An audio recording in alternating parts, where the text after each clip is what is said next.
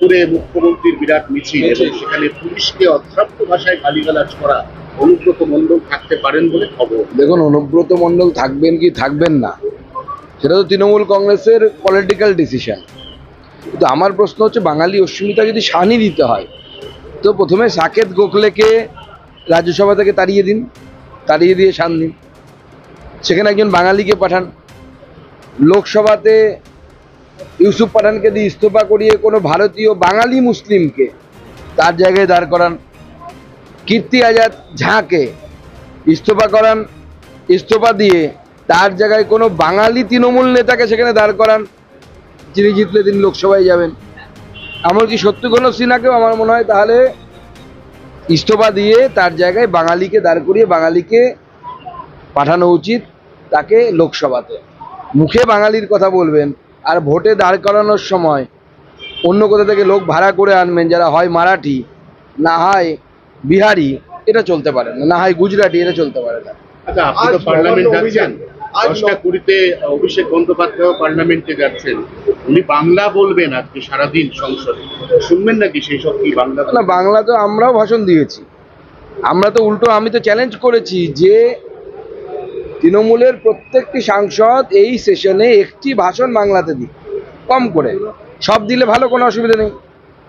আমরাও চাইছি পশ্চিমবঙ্গের যারা বিজেপি সাংসদ আছে তারা একটি ভাষণ তারা বাংলায় দেবেন, দেখি আমাদের কতজন পারে আর ওনাদের কতজন পারেন। লোকসভায় সিন্ধু নিয়ে আলোচনা, বহু টালবাহানার পরে নাকি কোট আনকোট তৃণমূলের ভাষায় এই বিজেপি সরকারকে আজকে এই আলোচনায় বাধ্য করানো গেছে। না না, আমরা তো প্রথম থেকে অপারেশন সিঁদুর নিয়ে আলোচনার জন্য 100% আমাদের সরকার রাজি ছিল। আমরা চাই ভারতবর্ষের সেনাবাহিনীর এই বীরত্বের কাহিনী সংসদে আলোচিত হোক। সংসদের বিভিন্ন প্রতিনিধিরা, এমনকি অভিষেক বন্দ্যোপাধ্যায় যার নাম আপনারা নিলেন, তিনি পর্যন্ত ভারতকে রিপ্রেজেন্ট করতে ভারতের বাইরে গেছেন। আমাদের শ্রমিক ভট্টাচার্য গেছিলেন, কংগ্রেসের বিভিন্ন দলের লোকেরা গেছিলেন, অন্যান্য রাজনৈতিক দলের লোকেরা গেছিলেন। তারা ভারতকে রিপ্রেজেন্ট করে এসেছেন, ভারতের কথা বলেছেন।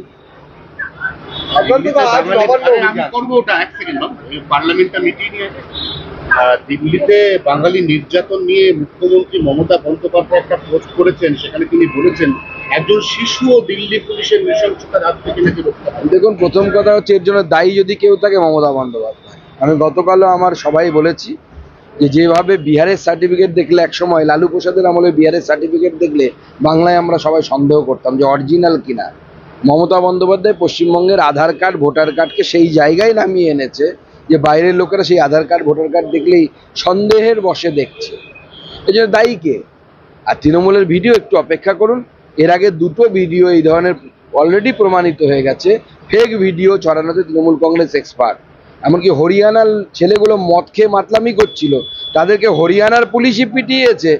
আর সেই ছবি বা ভিডিওকে পোস্ট করে তৃণমূলের একজন প্রাক্তন সাংসদ বলছে বাঙালি বলে তাদের উপর অত্যাচার করা হয়েছে।